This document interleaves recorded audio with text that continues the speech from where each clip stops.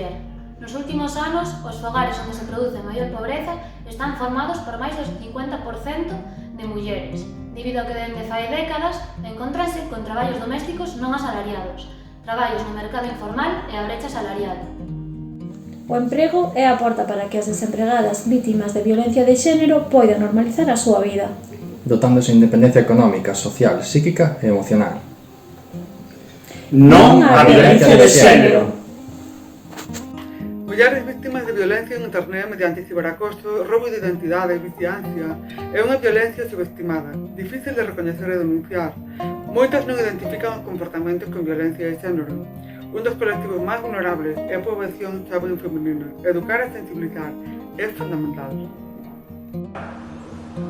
No 2019, só o 25% das mulleres con discapacidade tiveron traballo. Teño discapacidade, pero podo facer moitas cousas. Non me negues o dereito a demostrarlo. A veces me pregunto quién soy. Soy más que una mujer, más que mi discapacidad, más que una madre, más que una pareja, más que una ama de casa. Yo tengo derecho a ser una buena profesional, porque al final soy y seré lo que yo quiera ser. A invisibilidade que sufren as mulleres con discapacidade intelectual ou do desenvolvemento diariamente é tamén unha forma de violencia. Moitas mulleres que vienen a Lugo solicitantes de protección internacional vienen fuxendo de situacións de violencia. Axudémolas e abramos a porta do noso povo. Para chegar a unha integración máis efectiva construindo unha realidade máis xusta e igualitaria. O 80% das mulleres con problemas de saúde mental que viven en parella sufriron algún tipo de violencia e máis do 40% foron vítimas de violencia sexual ao longo da súa vida.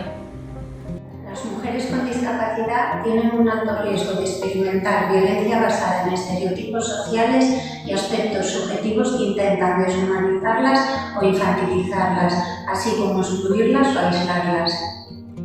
Non valgo para nada, nunca sairei desta situación. Por desgraza, estas son algunhas das frases que recibimos das mulleres vítimas de violencia de xénero que atendemos en Fundación Amigos de Galicia. Sendo conscientes que o seu empoderamento resulta fundamental para loitar contra esta lacra, aportámoslle asesoramento social, psicolóxico, xurídico e orientación laboral co obxectivo de mellorar a súa autoestima. Desde el programa CALI trabajamos por la igualdad de género y de trato de las mujeres gitanas, empoderándolas desde un enfoque integral. Un 89,6% das mulleres que sufren violencia machista teñen nenos e nenas menores de edad. A violencia vicaria perpetúa a vulnerabilidade social, o que dificulta as posibilidades de inserción laboral. Desde o Grupo DIL ofrecemos un primeiro emprego con apoio social ás vítimas. Porque a prostitución non é un oficio, non é un emprego. É unha violencia exercida contra mulleres e nenas, moitas delas de orixe migrante. Estáse a invisibilizar a explotación e se están a vulnerar os dereitos humanos. Dende o Departamento de Orientación Laboral do Concello de Lugo queremos amosar o noso apoio a todas as mulleres que sofren violencia de xénero. Hai unha frase coa que non estou de acordo ao 100%, que é a de hecho que hai. Fronte á violencia de xénero non é o que hai saída.